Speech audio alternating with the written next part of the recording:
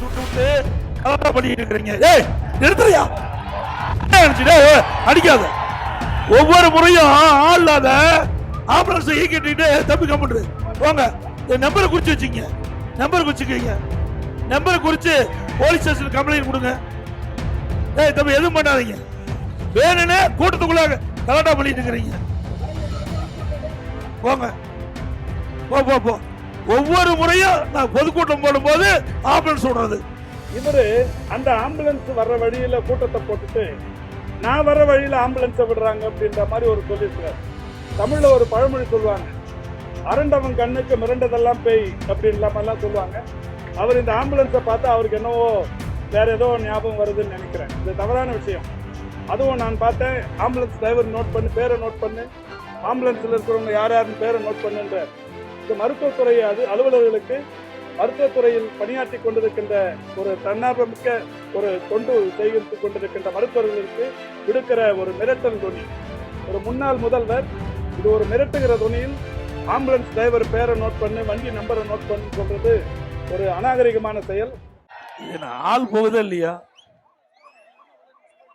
இல்ல ஒவ்வொரு தடவை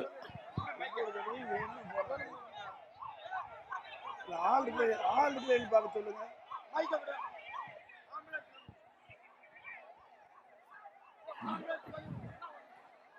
ஆள் இருக்குது இல்லையா பாருங்க, நிறுத்தி பார்க்க சொல்லுங்க.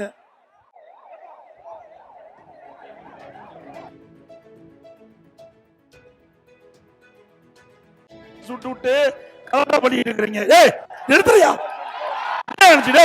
அடிக்காத. ஒவ்வொரு முறையும் ஆள் இல்லாத ஆம்புலன்ஸ் ஈக்கிட்டு தப்பி கம்பிட்டு போங்க.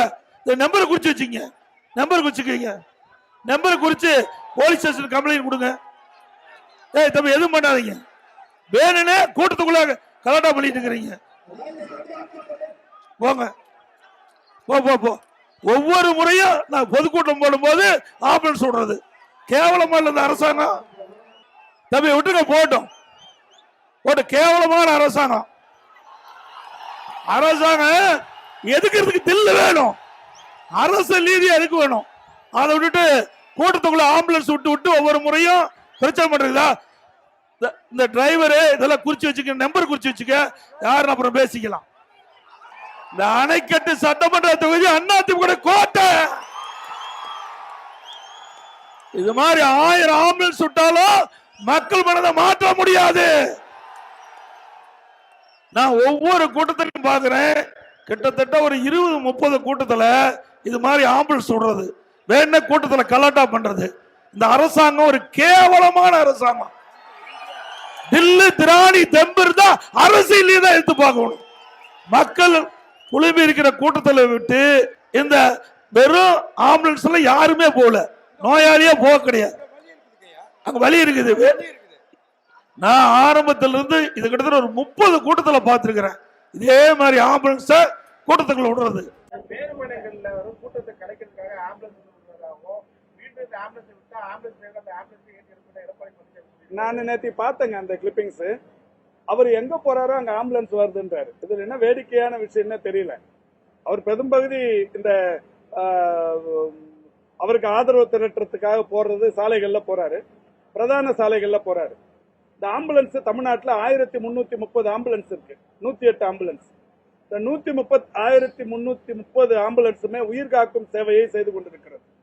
எங்கேயாவது விபத்து, அது கிராமப்புறங்களில் இருந்தாலும், மலை கிராமங்களில் இருந்தாலும், நகர பகுதிகளில் இருந்தாலும், மாநகராட்சி பகுதிகளில் இருந்தாலும், ஒரு 8-10 மணி துளிகளுக்குள் அந்த ஆம்புலன்ஸ் விரைந்து சென்று உயிர்களை காக்க வேண்டும்.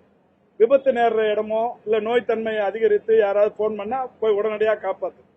இன்னைக்கு உலகத்திலேயே இந்த 108 ஆம்புலன்ஸ் சேவை மாதிரி தமிழ்நாட்டில் இருக்கிற மாதிரி வேற எங்கேயுமே அந்த சேவை இல்லைன்னு சொல்லி எல்லாருமே பாராட்டுறாங்க.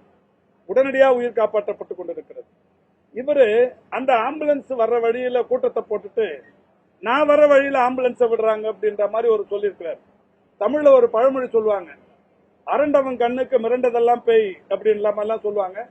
அவர் இந்த ஆம்புலன்ஸை பார்த்தா அவருக்கு என்னவோ வேற ஏதோ ஞாபகம் வருதுன்னு நினைக்கிறேன். இது தவறான விஷயம்.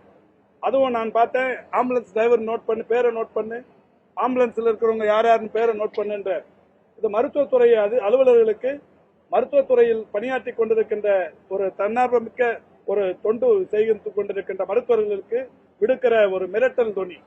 ஒரு முன்னாள் முதல்வர் இது ஒரு மிரட்டுகிற தொனியில் ஆம்புலன்ஸ் டிரைவர் பேரை நோட் பண்ணு, வண்டி நம்பரை நோட் பண்ணு சொல்றது ஒரு அநாகரிகமான செயல்.